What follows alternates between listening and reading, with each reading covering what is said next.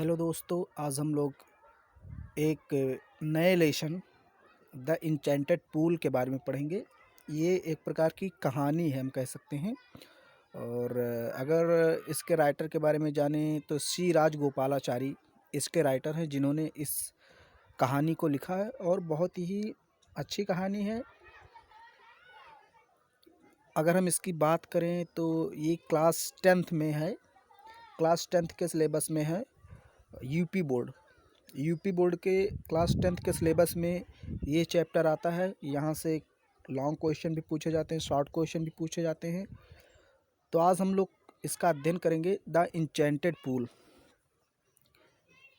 तो इसमें अगर हम यहाँ पर देखें तो राइटर के बारे में आपसे कुछ नहीं पूछा जाएगा, ना तो उस कैरेक्टर्स के बारे में कुछ पूछा जाएगा। आपको टेक्स्ट से पूछा जाएगा, जो भी पूछना है वो टेक्स्ट से पूछेगा, आपको राइटर के बारे में नहीं पूछेगा। इसलिए हम लोग टेक्स्ट के बारे में पढ़ेंगे, द इंचेंटेड पूल।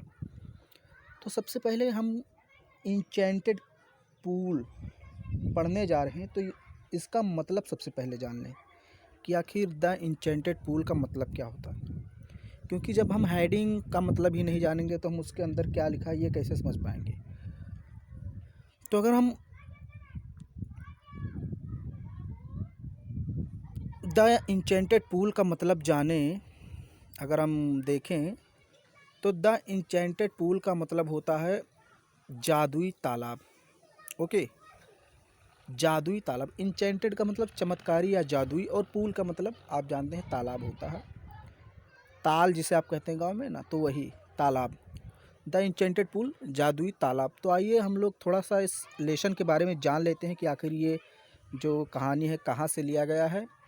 तो सबसे पहले तो थोड़ा सा आपको ये बता दें कि ये कहानी महाभारत से लिया गया है, और इसमें 5 पांडवों की चर्चा की गई है। आपको 5 पांडवों के नाम याद होगा: भीम, अर्जुन, युधिष्ठिर, नकुल और सहदेव। ये 5 भाई थे, उन्हीं के बारे में यहाँ पर चर्चा की गई है। तो आइए हम पहले थोड़ा सा इस लेसन के बारे में जानते हैं, पढ़कर आखिर इसका सारांश क्या है, उसके बाद हम टेक्स्ट पढ़ेंगे।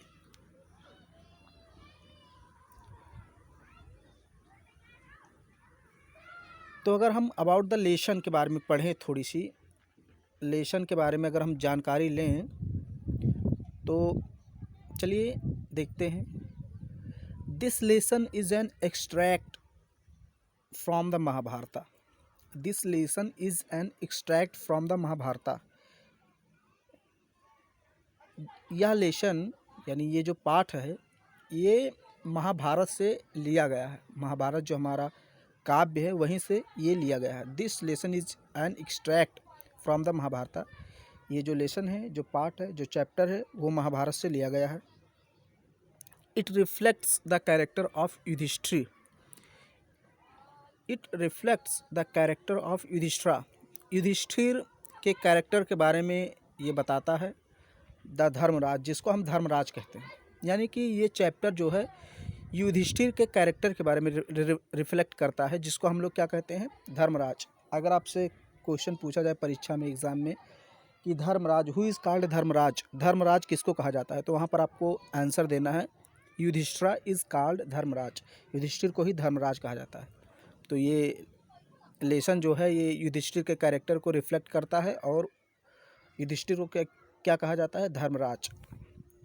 और किसको रिफ्लेक्ट करता है, हिज पेशेंस, उनके धैर्य को, यानी कि युधिष्ठिर के कैरेक्टर को रिफ्लेक्ट करता है। हिज पेशेंस, उनके धैर्य को रिफ्लेक्ट करता है। काइंडनेस, उनकी जो दयालुता थी उसको रिफ्लेक्ट करता है। लव फॉर हिज ब्रदर्स, और भाइयों के प्रति जो उनका प्यार था उनको रिफ्लेक्ट करता है। एंड इंटेलिजेंस, और उनकी बुद्धिमत्ता। यानी कि इस लेसन के बारे में हम युधिष्ठिर के कैरेक्टर के बारे में जानेंगे, उसके patience, kindness, love for his brothers and intelligence, इन सारी चीज़ों के बारे में हम जानेंगे। फिर कहता है he pleases Yaksha by giving satisfactory answers. He pleases, वो खुश कर देता है, कौन, युधिष्ठिर। युधिष्ठिर खुश कर देता है यक्ष को, बाई गिविंग, दे करके, सेटिस्फैक्ट्री आंसर, संतोषपूर्ण उत्तर, संतोषजनक उत्तर दे करके वो यक्षा को खुश कर देता है। बाई टू हिज क्वेश्चंस, उसके प्रश्नों का। यानी कि जो युधिष्ठिर है वो यक्ष के प्रश्नों का उत्तर देकर उसको खुश कर देता है। अभी तो हम लोग लेसन के बारे में पढ़ रहे हैं, इसके बाद हम टेक्स्ट पर आएंगे, तो थोड़ा सा पहले लेसन के बारे में जान लेते हैं ना। The Yaksha was pleased with Yudhishthira's impartiality. जो यक्षा होता है, यक्ष जो होता है, वो युधिष्ठिर के निष्पक्षता से बहुत खुश हो जाता है। जो युधिष्ठिर का निष्पक्षता, उससे बहुत खुश हो जाता है। द यक्षा वॉज यमा द लॉर्ड ऑफ डेथ। और यक्ष कौन था? यक्ष वॉज यमा, यक्ष वास्तव में यम था। यम ने ही यक्ष का रूप धारण कर लिया था। द यक्षा वॉज यमा, यक्ष यम था। द लॉर्ड ऑफ डेथ, जिसे मौत का स्वामी कहते हैं। मौत का स्वामी कौन होता है? यमा। तो वही यक्षा जो था वो वास्तव में यम था, जिसे हम लॉर्ड ऑफ डेथ कहते हैं, मौत का स्वामी। Who had taken the form of Yaksha, जिसने यक्षा का रूप धारण कर लिया था। टू सी, देखने के लिए, युधिष्ठिर को, यानी युधिष्ठिर से मिलने के लिए, युधिष्ठिर को देखने के लिए उसने यक्ष का रूप धारण किया था। एंड टेस्ट हिज नॉलेज, और उसके ज्ञान का परीक्षा लेने के लिए, उसकी बुद्धिमत्ता का परीक्षा लेने के लिए यम ने यक्ष का रूप धारण कर लिया था। Being satisfied with his answers, उसके प्रश्नों से खुश होकर, यानी सॉरी उसके उत्तरों से खुश होकर। Being satisfied with his answers, उसके उत्तरों से खुश होकर। ही ब्लेस्ड हिम, वह उसे आशीर्वाद देता है। एंड डिसअपियर्ड, और फिर गायब हो जाता है। तो आइए अब हम लोग पढ़ते हैं टेक्स्ट को और देखते हैं पूरी कहानी क्या है। इसको मैं थोड़ा सा इधर कर देता हूँ ताकि आप लोग को सही से दिखे कम से कम। तो हम लोग को पढ़ना है युधिष्ठिर वेटेड, यहाँ से पढ़ना है। ओके, चलिए हम लोग पढ़ते हैं। Yudhishthira waited for his brothers in anxiety and thirst. अब एक एक शब्द की मीनिंग भी जानते चलिए आप लोग, और लिख लीजिए। अगर आपको याद नहीं होता या आपको बाद में परेशानी हो तो उसके लिए आप लिख सकते हैं इसकी मीनिंग। एंग्जाइटी का मतलब होता है चिंता। थर्स्ट का मतलब प्यास।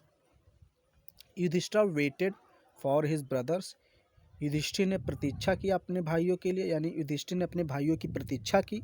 इन एंग्जाइटी, चिंता में। एंड थर्स्ट, और प्यास में।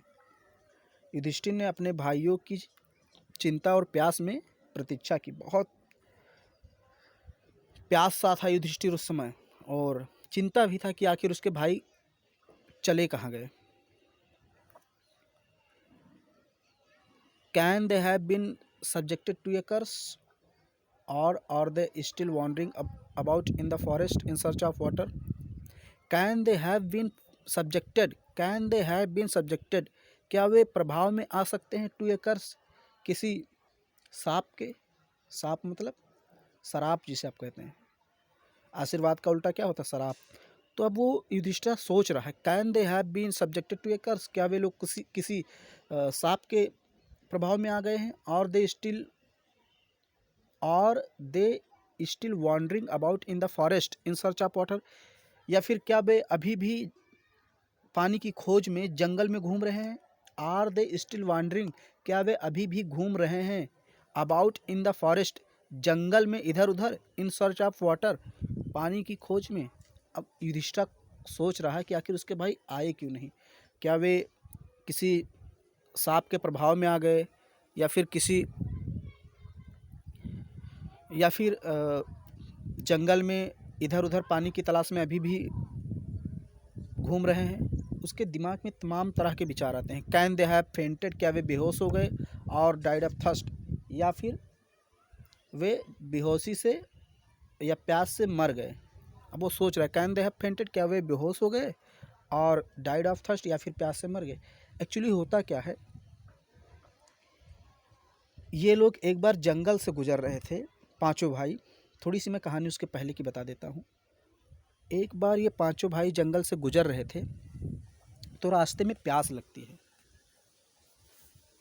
तो पहले एक भाई गया, उसने एक तालाब में पानी पीने की कोशिश की, तो वहाँ से आवाज़ आई कि पहले मेरे प्रश्नों का उत्तर दो, फिर पानी पीना। लेकिन वो बिना प्रश्नों का उत्तर दिए पानी पी लेता है, बेहोश हो जाता है। फिर ऐसे से उसके चारों भाई चले जाते हैं, और वे जाते हैं उस तालाब में बिना प्रश्नों का उत्तर दिए। उस जो आवाज़ आई वहाँ पर, उन प्रश्नों का बिना उत्तर दिए ही पानी पी लेते हैं। और फिर बेहोश हो जाते हैं। तो उसके बाद की ये घटना है। अब युधिष्ठिर अकेला जंगल में था, वो सोच रहा है कि आखिर उन्हें हो क्या गया, क्या वे किसी प्रभाव में आ गए हैं सांप के, या फिर वे अभी घूम रहे हैं, या फिर बेहोश हो गए हैं, या फिर मर गए हैं। तो वही कह रहा है। अब ये सारी चीज़ें उसके दिमाग में आ रहा है, तो युधिष्ठिर बहुत परेशान हो गया। तो वही आगे है, unable to bear these thoughts. Unable मतलब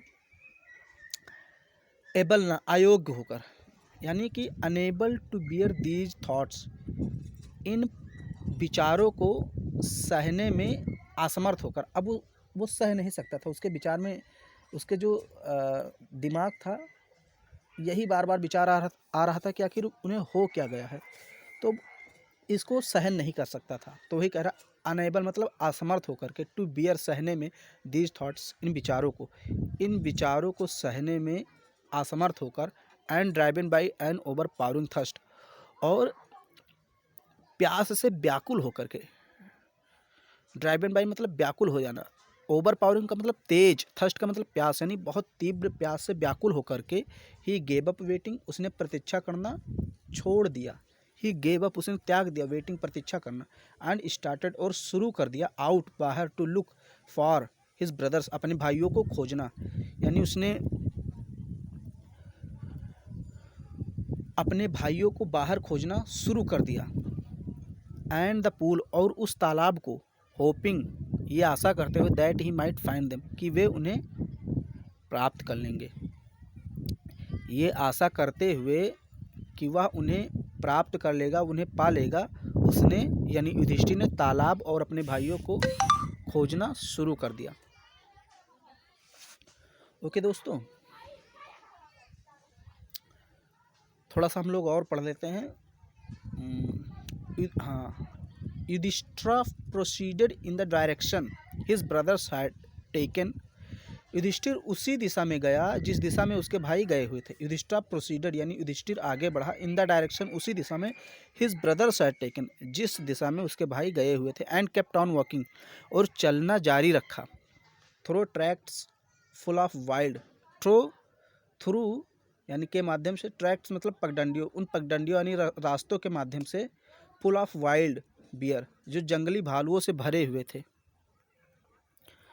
भालुओं से भरे हुए थे, full of wild bear and spotted deer, और धब्बेदार हिरणों से भरे हुए थे, एंड बिग फॉरेस्ट बर्ड, और वो जो फॉरेस्ट था वो बड़ी बड़ी चिड़ियों से भी भरा हुआ था, जो जंगली चिड़िया थी। बिग फॉरेस्ट बर्ड, बड़ी बड़ी जंगली चिड़ियों से भरा हुआ था। Till he came upon a beautiful green, और कब तक खोजता रहा, टिल ही केम जब तक वो आ नहीं गया, अपॉन ए ब्यूटीफुल ग्रीन एक सुंदर हरे मिडो चरागाह, जब तक वो एक सुंदर हरे चरागाह तक नहीं आ गया तब तक वो उनको खोजता रहा। Around a pool of clear water, जो एक क्लियर वाटर के तालाब के पास था, यानी वो जो मिडो था वो कहाँ था, अराउंड यानी चारों ओर, आप ए पूल एक तालाब के, ऑफ क्लीन वाटर स्वच्छ पानी के तालाब के चारों ओर वो मिडो था। जब तक वो उस मिडो तक नहीं पहुंच गया तब तक खोजना जारी रखा। जब वो पहुंचा तो क्या देखा, but when he saw his brothers lying, जब वो उसने अपने ब्रदर्स को वहाँ पड़े हुए देखा, लाइक फ्लैग पोल्स, लट्ठे की तरह। जब वो वहाँ पहुँचा तालाब के पास तो उसने देखा कि उसके भाई लट्ठे की तरह बेहोश पड़े हुए। बट व्हेन ही सॉ, जब उसने देखा, हिज ब्रदर्स लाइंग देयर, कि उसके भाई वहाँ पड़े हुए, लाइक फ्लैग पोल्स, लट्ठे की तरह बेहोश, unable to restrain his grief, तो अपने दुख को रोकने में असमर्थ हो गया। ही लिफ्टेड हिज वॉइस, उसने अपनी आवाज़ उठाई, एंड वेप्ट, और रोने लगा। ओके दोस्तों, तो यहाँ तक हम रखते हैं। इसके बाद में हम फिर नेक्स्ट चैप्टर में बात करेंगे। धन्यवाद। अगर आपको ये थोड़ा सा भी पसंद आया तो ज़रूर इसको लाइक, शेयर और कमेंट कीजिए। देखिए, कमेंट करेंगे तो हमें पसंद आएगा कि आखिर आपको पसंद आया कि नहीं, और सब्सक्राइब कर लीजिएगा चैनल अगर आपको पसंद आ रहा है ये जो मैं पढ़ा रहा हूँ। ओके, धन्यवाद।